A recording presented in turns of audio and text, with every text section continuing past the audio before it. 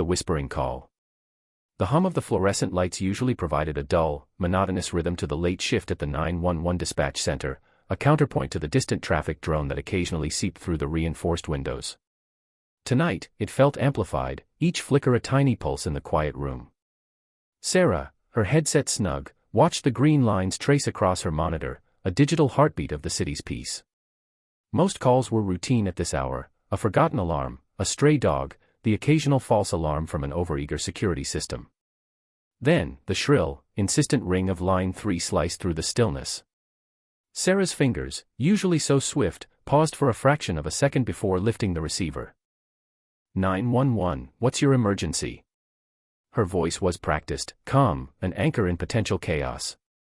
A breathy gasp met her ears, followed by a sound like dry leaves skittering across pavement.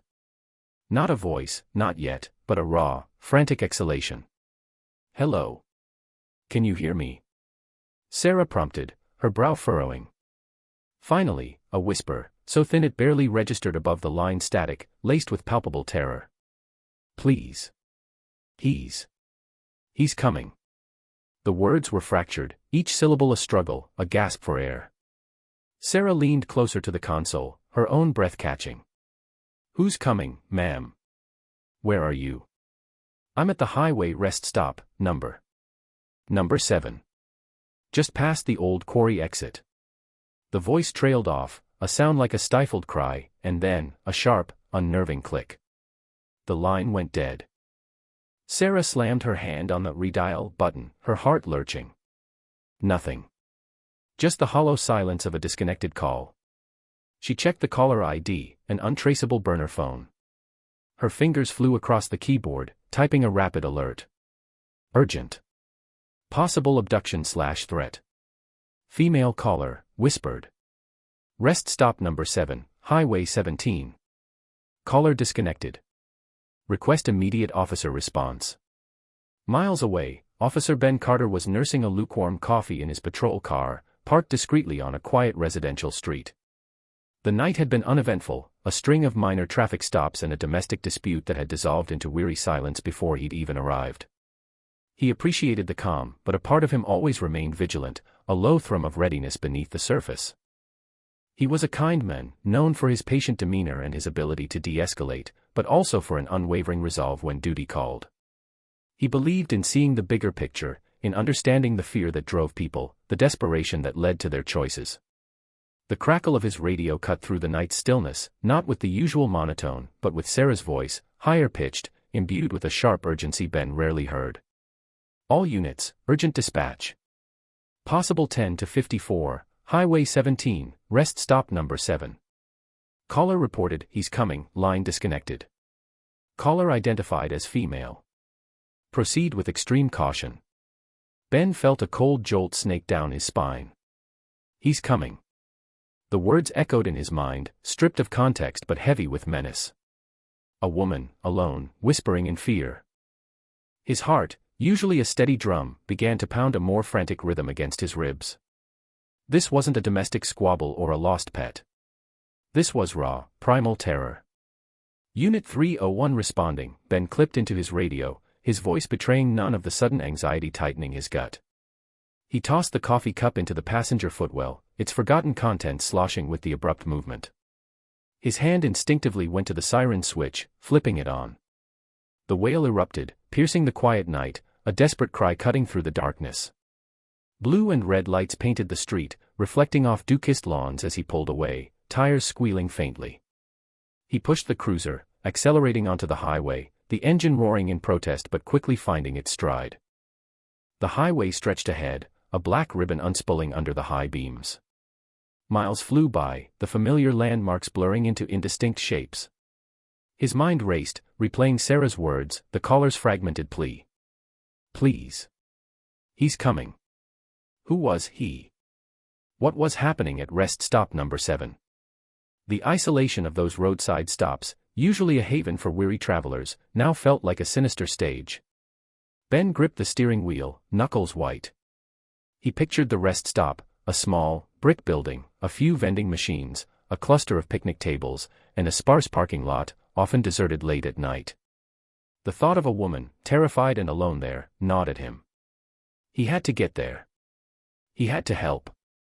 He pushed the accelerator harder, the siren a relentless scream against the wind, a desperate promise cutting through the night. Each passing mile marker felt like an eternity, each second a lifetime. The woman's whispered fear was a tangible weight in the car, urging him onward, faster, into the encroaching darkness. He strained his eyes, looking for any sign of life, any flicker of movement in the shadowy expanse ahead, knowing that with every passing moment, the window for intervention grew smaller, more perilous. He knew this call was different.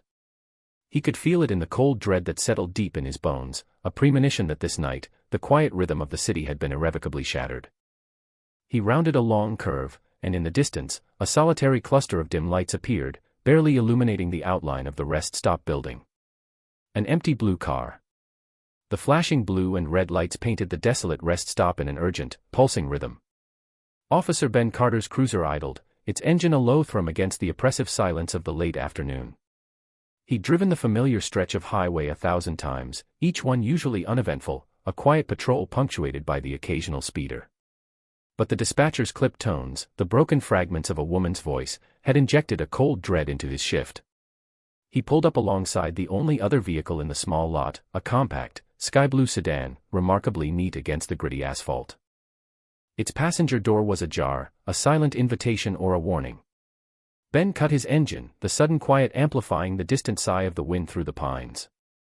He stepped out, his hand instinctively resting on his service weapon, the familiar weight a small comfort. The blue car sat there, almost demure, as if patiently waiting.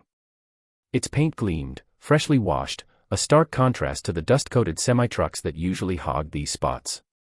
Ben approached cautiously, his gaze sweeping the perimeter, searching for any sign of movement, any anomaly. Nothing. Just the hum of the highway fading in and out, a constant, low drone. He peered into the car. On the passenger seat, a vibrant floral purse lay open, its contents a kaleidoscope of reds and yellows.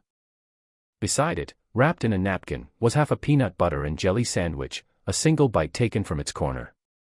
The scene was oddly domestic, incongruous with the escalating tension Ben felt. It screamed of a sudden departure, a quick stop that had gone horribly wrong. "Hello."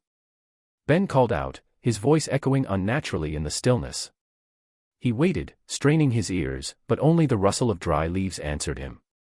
He leaned closer, noticing a subtle scent of lilacs clinging to the interior, a soft, old-fashioned perfume. He ran the plates. Lily May Weatherby. The name clicked immediately. He knew Mrs. Weatherby. She lived in the quaint little house on Elm Street, the one with the prize-winning rose garden. She was a quiet woman, always wore those bright, flowing scarves, even in summer. He'd often seen her at the weekly market, meticulously selecting fresh produce. The dispatcher had mentioned she was on her way to visit her sister, a routine trip. The thought of Mrs. Weatherby, a woman so meticulous, leaving her car door open and her lunch half-eaten, sent a shiver down Ben's spine. It was entirely out of character. This wasn't a woman who forgot things, or who was careless. He circled to the driver's side, scanning the ground for footprints, anything. His eyes snagged on a tiny splash of color tucked under the windshield wiper blade. It was a paper bird, intricately folded from what looked like a scrap of a newspaper classified section. Its wings were spread, as if caught mid-flight, and its tiny head was delicately poised. He recognized the delicate folds. Mrs. Weatherby was known for her little paper creations. She often gave them to children at the market. Ben carefully plucked the bird from its perch. It was surprisingly firm, yet light as a feather. He turned it over in his palm, his brow furrowed in concentration. It wasn't a casual discard. It was deliberately placed, a small, vibrant beacon against the stark reality of the empty car. A message. A sign. Or simply a forgotten trinket. The setting sun began to dip below the horizon, painting the sky in hues of orange and deep purple, casting long, distorted shadows across the asphalt.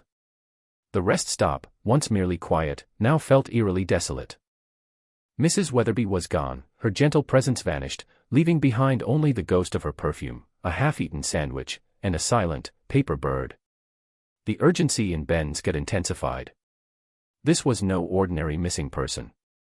The disappearing act. Officer Carter's radio crackled sharply, slicing through the late afternoon's thick quiet. Negative, Alpha 7.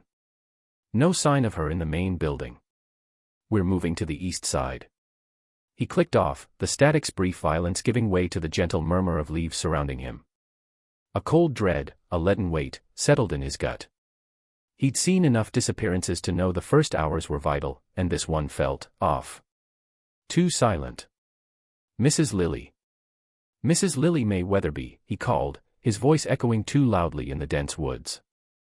The trees, heavy with late summer growth, seemed to absorb the sound, leaving only the wind's persistent, almost taunting, whisper through the branches. 2 other officers fanned out, their flashlights already carving arcs in the encroaching gloom, though dusk was still an hour away. The air, initially warm, now held a subtle chill, a vanguard of the coming night. Their search had begun at the rest stop. Her car, an unassuming beige sedan, sat precisely where the 911 dispatcher had indicated. Keys still in the ignition. Her purse, an unpretentious floral pattern, rested on the passenger seat, the driver's side door ajar. Everything pointed to an abrupt, almost impulsive, departure. But to where? The faint scent of pine needles and damp earth was the only answer the forest offered. Carter pushed deeper, his boots crushing twigs and leaves underfoot. He scoured the ground for any trace, a misplaced shoe, a dropped item, anything to suggest a struggle or even a direction. Nothing. Just the endless, indifferent tapestry of the forest floor.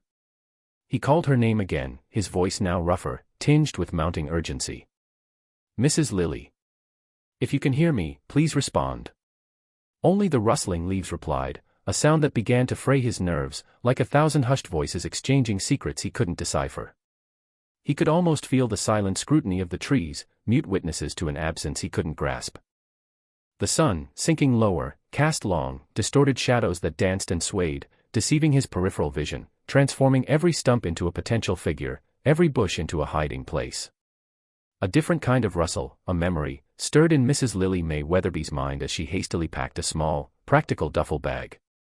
Her hands, usually so steady creating delicate paper cranes, trembled slightly as she tucked in a change of clothes, a well-loved copy of Leaves of Grass, and a small, leather-bound journal. The late afternoon light, typically a comforting golden wash in her living room, felt thin and anxious, illuminating dust motes that danced like tiny, agitated spirits. Her brow furrowed, a faint line appearing between her gentle eyes. A wave of worry, cold and sharp, washed over her. It wasn't about the act itself, not anymore. That decision had been forged in the quiet, desperate hours of the night. It was the leaving. The irrevocable step.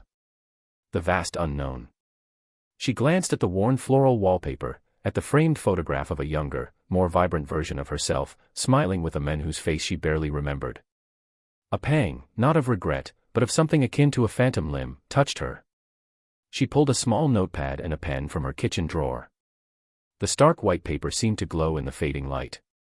Her hand hovered, then began to write, the words forming slowly, deliberately, "I need a change." The pen paused. Her gaze drifted to the window, where the first stars were beginning to pierce the fading blue. A change. It sounded so benign, so inadequate. A change implied a different paint color, a new recipe. What she needed was not a change, but an unraveling, a shedding of old skin, a complete metamorphosis. With a sudden, decisive motion, she crumpled the note into a tight ball, the paper protesting with a soft crunch. It wasn't for them to understand. It wasn't for her to explain. Her reasons were her own, carefully nurtured in the silent corners of her heart, growing stronger with each passing day until they became an irresistible force. She secured the zipper on her bag, the sound surprisingly loud in the hushed house.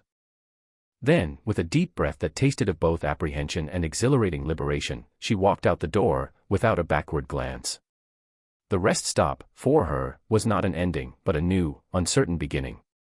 A week of questions. The crisp autumn air, once a refreshing change, now carried a biting chill that mirrored the growing dread in Officer Ben Carter's gut.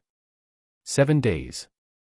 7 endless rotations of the sun, and Mrs. Lilly May Weatherby remained an enigma, a ghost in the wind. The initial optimism, a thin veneer of hope, had long since eroded, replaced by the grim reality of a missing person case that was growing colder with each passing hour. His cruiser, typically a sanctuary of routine, felt heavy with the weight of unanswered questions. He'd driven the short stretch of highway to the rest stop countless times over the past week, each visit yielding nothing new. The yellow police tape, once a stark declaration of an active investigation, now fluttered limply, a forgotten sentinel. Mrs. Weatherby's car, a beige sedan, still sat in the same spot, a silent testament to her sudden disappearance. Its pristine condition, not a speck of dust or a single dent, only added to the unsettling perfection of the scene. He remembered the first few days, the frantic energy of search parties combing the dense woods behind the rest stop, their calls of Lily echoing through the trees. The cadaver dogs, their keen noses pressed to the damp earth, had sniffed every inch of the perimeter, yet offered no scent, no trace. It was as if she had simply dissolved. The only witnesses were the blurry security camera footage from the gas station across the highway, showing her pulling into the rest stop, and then, nothing. No one saw her leave the car. No one saw her walk into the small, sterile building with its humming vending machines and chipped tile floors. No one saw her walk out. The prevailing theory, that she had simply wandered off, grew weaker with each passing day. Lily May Weatherby was, by all accounts, a creature of habit, a woman whose life was meticulously ordered. The idea of her aimlessly strolling into the wilderness was incongruous with every interview Ben had conducted. Her family was, understandably, a raw nerve of worry and confusion. Her husband, Arthur, a stoic man whose face seemed permanently etched with an expression of bewildered grief, spent hours at the station, offering the same facts, the same bewildered pleas. "She just wouldn't do this, officer," he'd repeated, his voice raspy with unspoken tears. Not without a word. Not without her purse, her phone. It's not like her. Her daughter, Sarah, a vibrant woman whose eyes now held a haunted quality, had voiced similar sentiments. "Mom always calls. Always. Even if she's just running to the grocery store. This is not my mother." Ben had listened, his pen scratching against his notepad, the words forming a familiar pattern of love and concern, but offering no concrete leads. He'd replayed the 911 call 100 times, the terrified gasp, the abrupt silence. It was the only tangible clue they had, and it offered nothing but more questions. The rest stop itself had become a character in this grim drama. The fluorescent lights hummed with an eerie monotony, the smell of disinfectant clashing with the faint aroma of stale coffee. Ben had interviewed the same shift workers multiple times, their initial helpfulness slowly giving way to a weary resignation. No one remembered seeing anything out of the ordinary. No suspicious vehicles. No agitated arguments. Just the quiet ebb and flow of transient travelers. As the days bled into a full week, the initial flurry of media attention had dwindled, the local news channels moving on to fresher tragedies. But for Ben, and for the Weatherby family, the silence was deafening. He knew the statistics. He knew that the longer a person was missing, the bleaker the outlook. Yet, a stubborn flicker of hope persisted, born from the sheer impossibility of the situation. People didn't just vanish into thin air, leaving no trace, no whisper of their departure. Unless, of course, they wanted to. The thought, a dark tendril of suspicion, had begun to coil in the back of Ben's mind, a difficult truth he was reluctant to face. Was it possible Mrs. Lily May Weatherby hadn't been taken, but had simply left? The idea felt like a betrayal to the family's grief, but it was a question that demanded an answer. Meanwhile, miles away, Mrs. Lily May Weatherby, her worn sensible shoes replaced by sturdy walking boots, watched the sunrise paint the sky in hues of apricot and rose. The air, crisp and clean, filled her lungs with a sense of renewal she hadn't felt in decades. Her old life, with its predictable rhythms and suffocating expectations, was a fading dream. The fear that had initially clung to her like a shroud had begun to dissipate, replaced by a strange, exhilarating sense of freedom. She was no longer Lily May Weatherby, the woman defined by her roles. She was simply Lily, embarking on a journey towards a self she had yet to discover, a complete metamorphosis. The road ahead was uncertain, but for the first time in a very long time, it was entirely her own. Leo's big secret. The scent of stale coffee and disinfectant clung to the rest stop's air, a familiar aroma that usually brought Officer Ben Carter a sense of duty, but today, only deepened the knot of dread in his stomach. The initial hope, a fragile thing, had dwindled to a tiny flicker. Every passing hour without news of Mrs. Lily felt like another nail in the coffin of his preferred theory, that she'd simply wandered off, disoriented. Now, a more difficult, darker possibility gnawed at him. He spotted Leo, a small figure with bright, inquisitive eyes, meticulously folding a discarded napkin into a paper bird. The boy was a fixture here, often accompanying his father, who worked at the adjacent diner. Ben remembered offering Leo a lollipop once, and the way the boy's shyness warred with his inherent curiosity. Today, that curiosity was directed squarely at Ben's uniform. "Hey, Leo," Ben said, his voice softer than usual. He knelt, trying to make himself less imposing. "Busy with your artwork?" Leo nodded, his small fingers still manipulating the paper. "It's a swallow," he announced, holding up the slightly crumpled, but recognizable, bird. "They fly far." Ben managed a small smile. "They do. Leo, I was wondering, you spend a lot of time around here, don't you?" The boy's eyes, wide and observant, fixed on Ben's. "Uh-huh. Dad says I'm the official rest stop watcher." A tiny spark of something, not quite hope, but a new avenue, flickered. Well, the official rest stop watcher might have seen something important. "You know Mrs. Lilly, right? The lady with the pretty flowers in her car." Leo nodded again, a thoughtful frown creasing his brow. "She always smiles at me." "Did you see her yesterday, Leo? Around the time all the police cars came." Ben tried to keep his voice even, not wanting to spook the boy. Leo hesitated, then pointed a small finger towards the far end of the parking lot, where the larger trucks usually idled. "She was talking to a man. A big man, with a big truck." Ben's heart gave a sudden, uncomfortable lurch. This was new. "A truck driver?" "Uh-huh," Leo confirmed. "He was really nice. He gave me a high five." The boy demonstrated, slapping his own small hand. "And he had a dog." "A dog?" Ben pressed, leaning in slightly.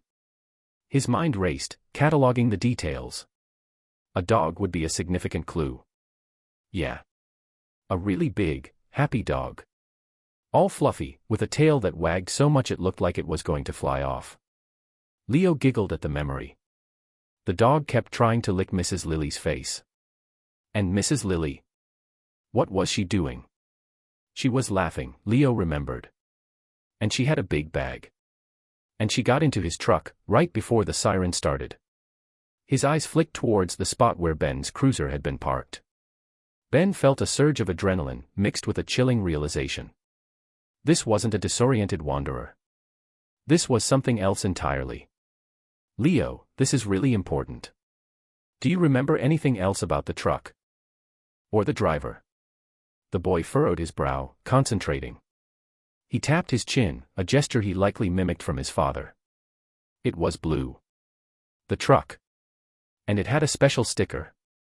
He paused, then his eyes lit up with triumph. "A blue star. But it had a wiggly tail. Like a comet."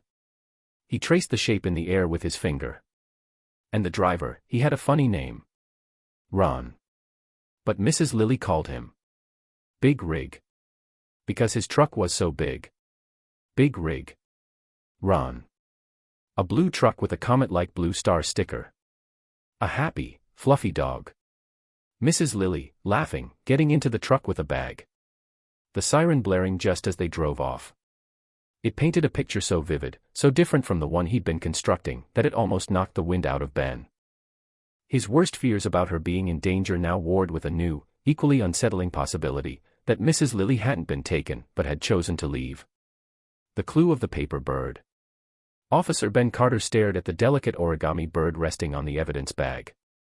Its crisp folds, a testament to a careful hand, gleamed under the fluorescent lights of the precinct.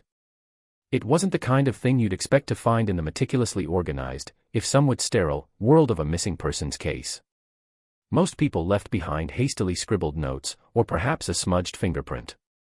Mrs. Lilly had left this. A paper bird, white and pristine, poised as if for flight.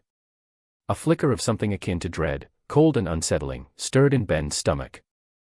It wasn't the familiar dread of a crime committed, but something more elusive, like the whisper of a secret.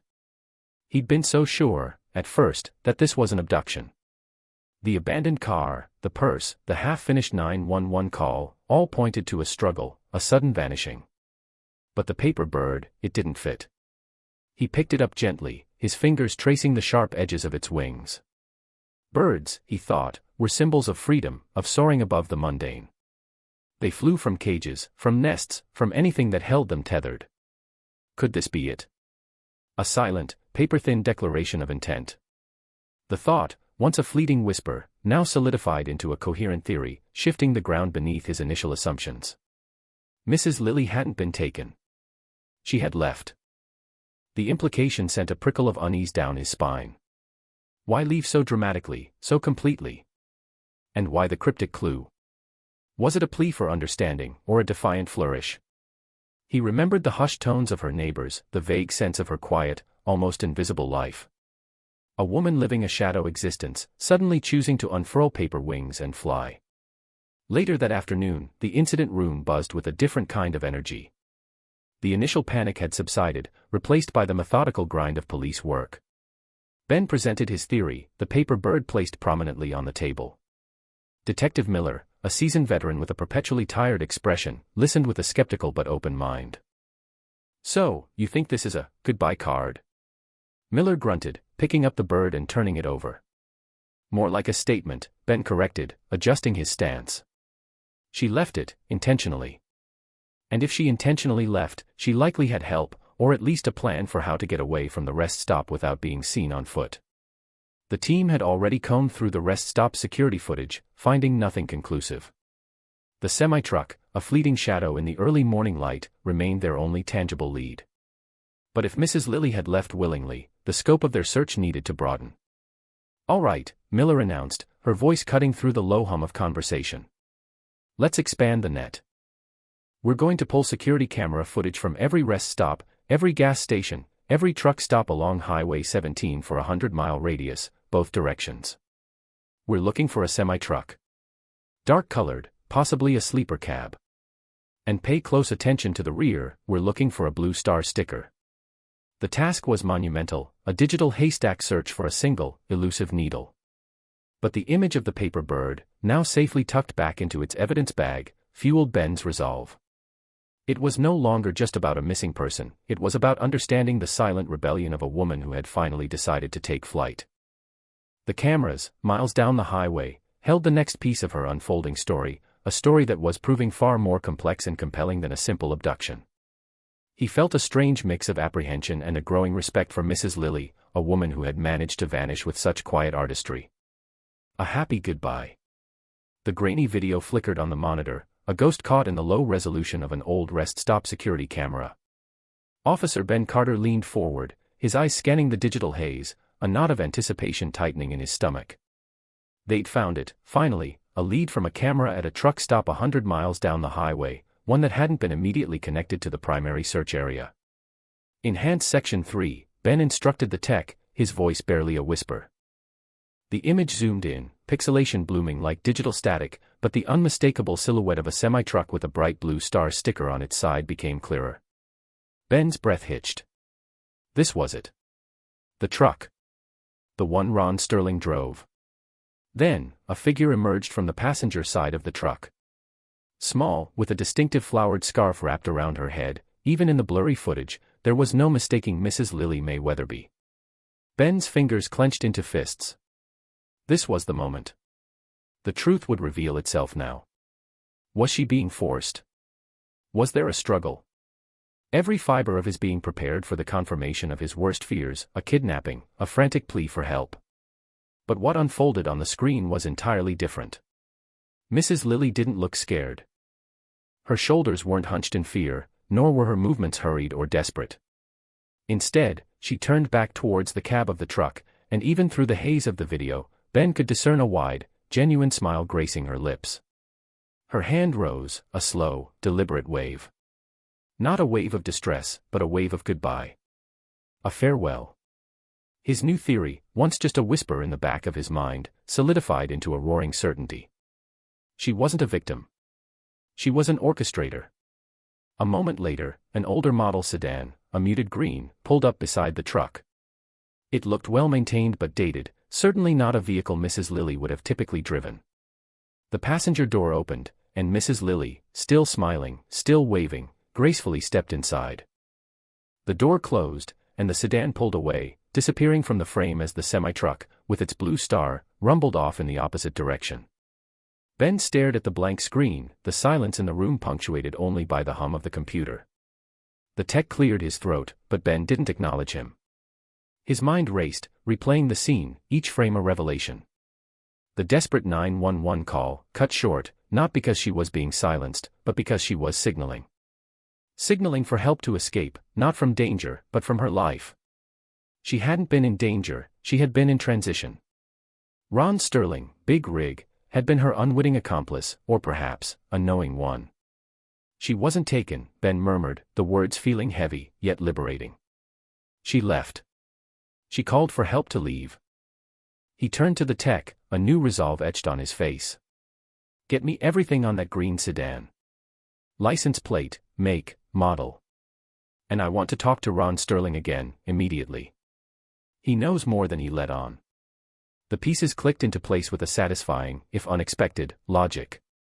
Mrs. Lilly, trapped in a life she no longer wanted, found a way out. She had used the truck stop, the momentary anonymity, the sense of a transient world, to stage her exit. The 911 call was a cry for attention, for a paper trail, perhaps even for the distraction it would cause. Ron Sterling, the friendly, observant trucker, had been the conduit, the unexpected ally in her quiet revolution. He had helped her find a new beginning, a new road to travel. And from the looks of it, she was more than ready to embark on it. The case had just taken a sharp, exhilarating turn. It wasn't about finding a victim, it was about understanding a woman's desperate, yet ultimately joyful, escape. A postcard from far away. Months had softened into a gentle remembrance for Leo. Summer's golden haze had yielded to the crisp embrace of autumn, and now winter's keen edge was surrendering to the verdant blush of spring. Life had re-established its familiar cadence, marked by school and the comforting thrum of the neighborhood. On a blustery Tuesday, as he trudged homeward, the mailbox at the driveway's end snagged his attention. A splash of color peeked from its metallic aperture. He extracted a postcard, its glossy surface surprisingly warm beneath his fingers despite the wintry air. The front showcased a sun-drenched shore, palms swaying with languid grace against an impossibly blue sky, and waves frothing onto pristine white sand. But it was the small illustration in the corner that truly captivated him, a delicate, folded paper bird, suspended mid-flight, wings unfurled as if buoyed by an unseen current. It was the same bird, he realized with a sudden jolt, identical to the one Mrs. Lilly had shown him, the one he discovered nestled in the back of her car. Flipping it over, he read the handwritten message, the elegant script instantly familiar, "Thank you for helping me fly free. Lily." A comforting warmth bloomed within him, dispelling the last vestiges of winter's chill. He clutched the postcard, a small, knowing smile playing on his lips. She had done it. She had truly taken flight. Later that week, a rare treat with his aunt brought Leo to the local diner. Officer Ben Carter sat at the counter, nursing a coffee, his gaze lost in some distant thought.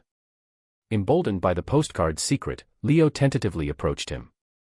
"Officer Ben." Ben turned, a flicker of surprise in his eyes.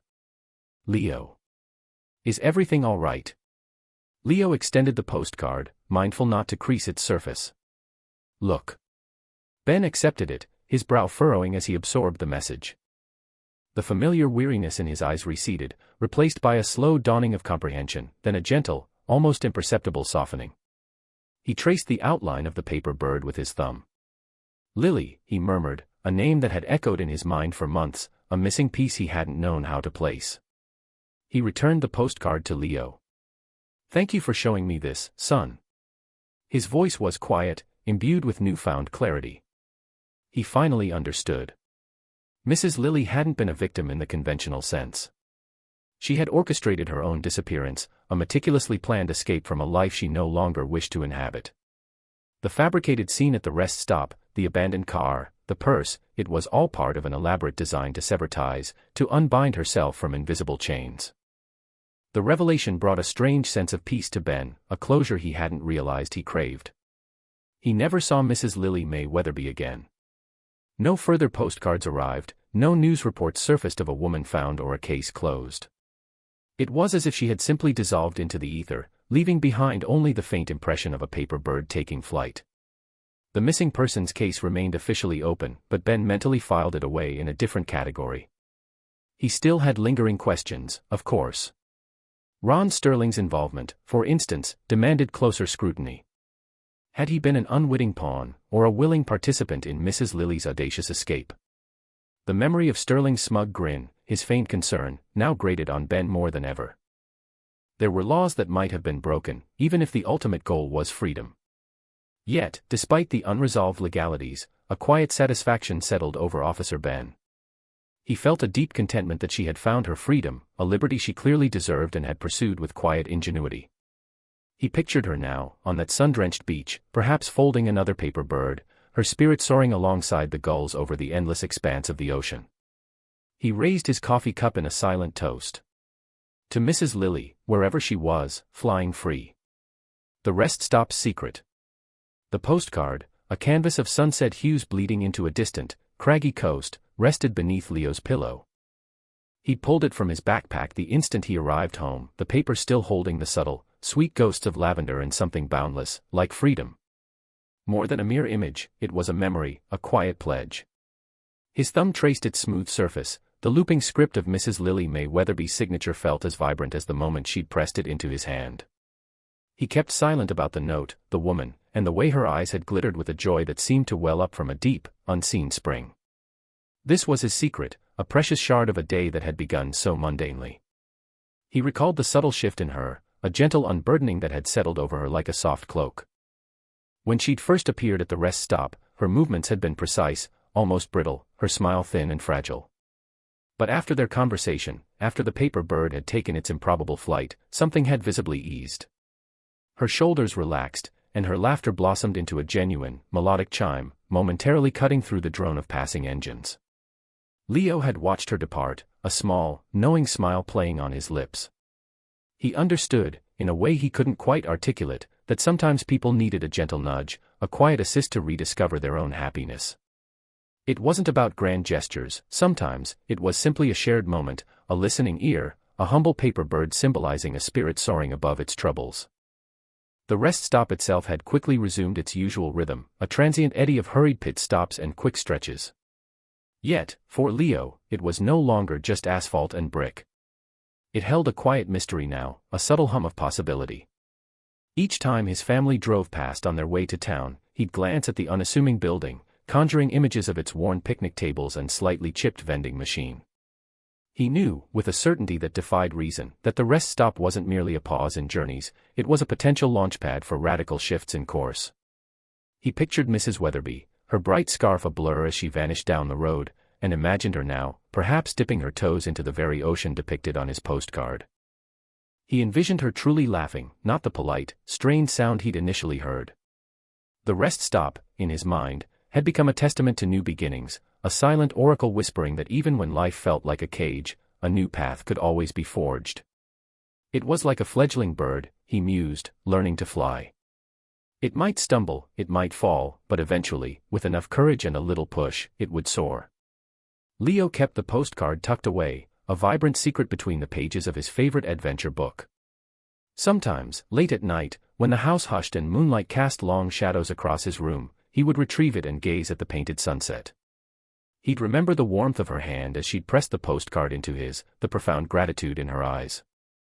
He understood now that kindness wasn't just politeness, it was truly seeing someone, recognizing their hidden struggles.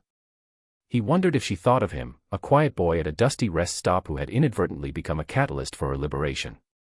He hoped so, if only for a fleeting moment. He hoped she was truly and deeply happy, wherever she was. The rest stop, with its mundane comings and goings, had offered her an unexpected doorway, a chance to shed an old skin and embrace a new one. And Leo, with his observant eyes and quiet kindness, had been there to witness the transformation, a silent guardian of a woman finding her wings. The image of the paper bird, now probably long lost to the wind, remained vivid in his memory, a symbol of liberation and the boundless potential for renewal. The rest stop, to him, was no longer just a stop, it was a launchpad.